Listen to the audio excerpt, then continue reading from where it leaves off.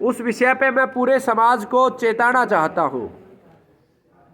आप देखेंगे आपके आसपास हार्ट अटैक के बहुत सारे केसेज हो रहे हैं। जितने आदमी जा रहे हैं अटैक से ही जा रहे हैं। मेरे यहाँ पे एक 4th स्टेज का कैंसर का रोगी ठीक हुआ, बिल्कुल ठीक हुआ, और उसके बाद उसको अटैक आया और ख़त्म हो गया।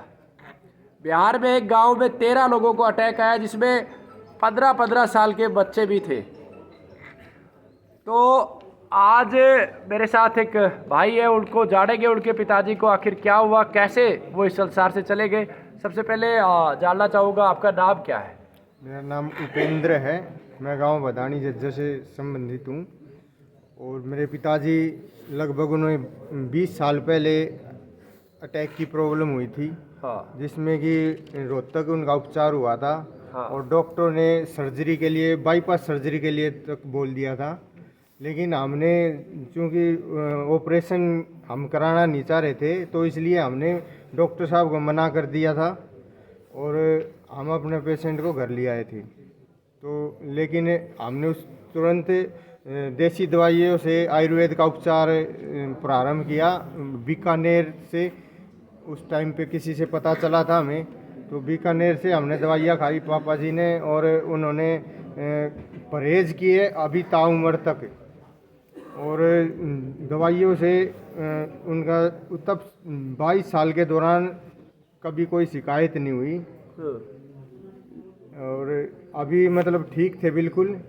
और लेकिन अभी पिछले महीने की बात है कि उन्हें एकदम से कुछ शिकायत हुई थी, हार्ट फेल हुआ या कुछ जो भी कुछ हुआ है पता नहीं चल पाया। लेकिन जो कंडीशन थी, सिचुएशन थी, उसके अकॉर्डिंग पता चल रहा था कि हार्ट फेल की ही सिचुएशन है। एक बात जो मैं सभी रोगियों को बताना चाहता हूँ और निरोगियों को बताना चाहता हूँ कि जितनी भी वैक्सीनेशंस होती है उनके साइड इफ़ेक्ट होते हैं। कोरोना की भी जो वैक्सीनेशन हुई है उसके निश्चित रूप से साइड इफ़ेक्ट आ रहे हैं।